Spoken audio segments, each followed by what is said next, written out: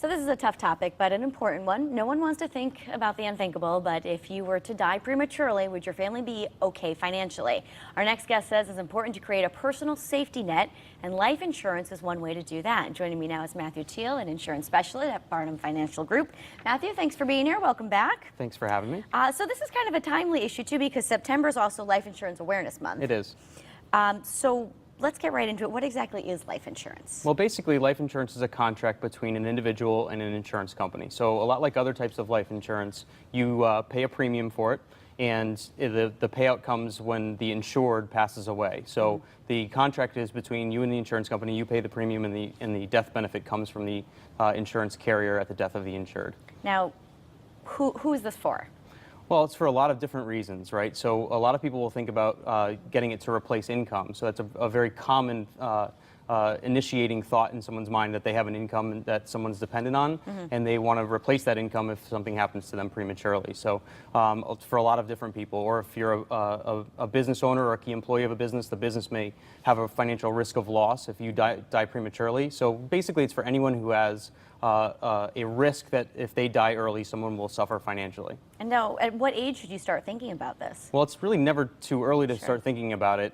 We have a lot of people who think about buying life insurance for their young children just to lock in their insurability, even though they don't have any financial obligations at that point in their lives. Life insurance is never cheaper than when you're very young. Usually people start thinking about it when they start to have kids, or graduate from college, have a job, things of that nature. So there's certain life events that kind of come in life that are triggering events, if you will. You mentioned insurability. What exactly does that mean? Yeah, sure. So as part of the process of procuring life insurance, you have to make an application to an insurance carrier, and then you go through a process called underwriting, where the insurance company will look at your health and your age and things like that, and they'll decide whether or not you're healthy enough to be insured. So insurability is just a term that we use to say whether or not you're able to actually get life insurance. Sure.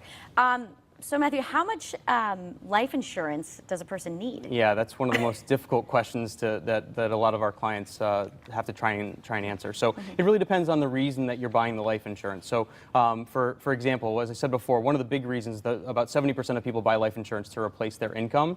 So if you're thinking about buying life insurance to replace your income, there's a tool called Human Life Value. There's a calculator for that you can use that basically just assigns a monetary value to your financial contribution to, say, your household. So basically what it does is it's very difficult to make a parallel between what you bring into your house and one big lump sum of money. Sure. And so what it does, it says, let's say that I make $50,000 a year. What would I have to hand my wife, because I'm married, and she would be the one who would suffer financially if I passed away, in a check today to be able to replace the $50,000 that I make per year for the rest of my working years, really. And so so it helps us to kind of make sense of a lost income stream in terms of a lump sum. So that's basically the different types of life insurance? Well, no. So there's also different types of life insurance in terms of structuring a portfolio within your insurance planning that helps you to cover certain periods of time. So in basic terms, there's two different types of life insurance. There's term insurance and there's permanent insurance. And the easy way to think about it is that term insurance covers you for a very predetermined period of time, for say 10, 15, 20, or 30 years. And after that time period, the contract goes away, and you and the insurance carrier part your ways, right? So you'll have paid premiums for a 15-year period, let's say. When you're still alive after the end of 15 years, which is obviously what we're hoping for, the insurance carrier has kept your premiums, but and there's no death benefit that pays out.